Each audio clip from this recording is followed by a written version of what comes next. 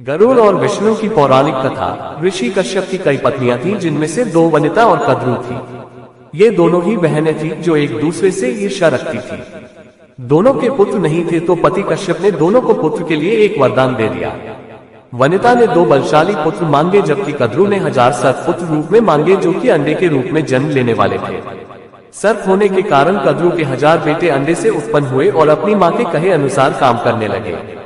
दोनों बहनों में शर्त लग गई थी कि जिसके पुत्र बलशाली होंगे, हारने वाले को उसकी दास्ता स्वीकार करनी होगी। इधर सर्प ने जो जन्म ले लिया था, लेकिन वनिता के अंडों से अभी कोई पुत्र नहीं निकला था। इसी जल्दबाजी में वनिता ने एक अंडे को पकने से पहले ही फोड़ दिया। अंडे से अर्धविकसित बच्चा निकला, जिसका ऊपर का शरीर तो इंसानों जैसा था, लेकिन नीचे का शरीर अर्धपक्त था। इसका नाम अरुण था। अरुण ने अपनी मां से कहा कि पिता के कहने के बाद भी आपने धैर्य खो दिया और मेरे शरीर का विस्तार नहीं होने दिया, इसलिए मैं आपको श्राप देता हूं कि आपको अपना जीवन एक सेवक के तौर पर बिताना होगा। अगर दूसरे अंडे में से निकला उनका पुत्र उन्हें इस श्राप से मुक्त न करवा सका, तो वह आजीवन दासी बनकर रहेंगे। भय से विंता ने दूसरा अंडा नहीं फोड़ा और पुत्र के श्राप देने के कारण शर्त हार गई और अपनी छोटी बहन की दासी बनकर रहने लगी। बहुत लंबे काल के बाद दूसरा अंडा फूटा और उसमें से विशालकाय गरुड़ निकला, जिसका मुख पक्षी की तरह और बाकी शरीर इंसानों की तरह था। हालांकि उनकी पसलियों से जुड़े उनके विशालकाय पक्ष भी थे।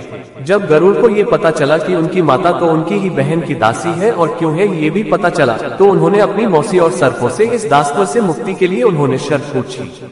सर्पों ने विंता की दास्ता की मुक्ति के लिए अमृत मंथन ने निकला अमृत मांग।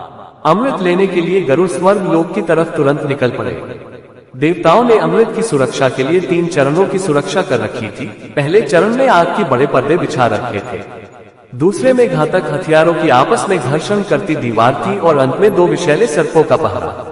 वहां तक भी पहुंचाने से पहले देवताओं से मुकाबला करना था। गरुड़ सबसे भीड़ गए और देवताओं को बिखेर दिया।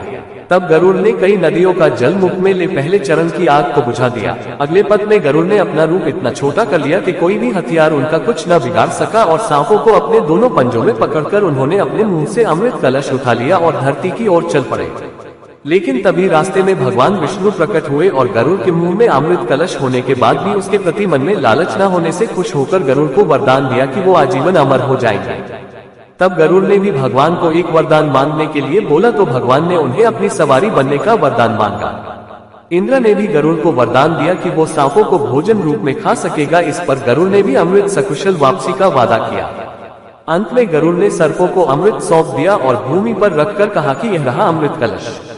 मैंने यहाँ इससे लाने का अपना वादा पूरा किया और अब यह आपके सुपुर्द हुआ, लेकिन इसे पीने के आप सभी स्नान करें तो अच्छा होगा। जब वे सभी सर्प स्नान करने गए, तभी वहां अचानक से भगवान इंद्र पहुंचे और अमृत कलश को वापस ले गए। लेकिन कुछ बूंदें भूमि पर गिर गई जो घास पर ठहर गई थी। सर्प उन बूंदों पर झपट पड़े, लेकिन उनके हाथ कुछ न लगा। इस तरह गरुड़ की शर्त भी पूरी हो गई और सर्पों को अमृत भी नहीं मिला। वीडियो को सब्सक्राइब करें। धन्यवाद। जय श्री राम।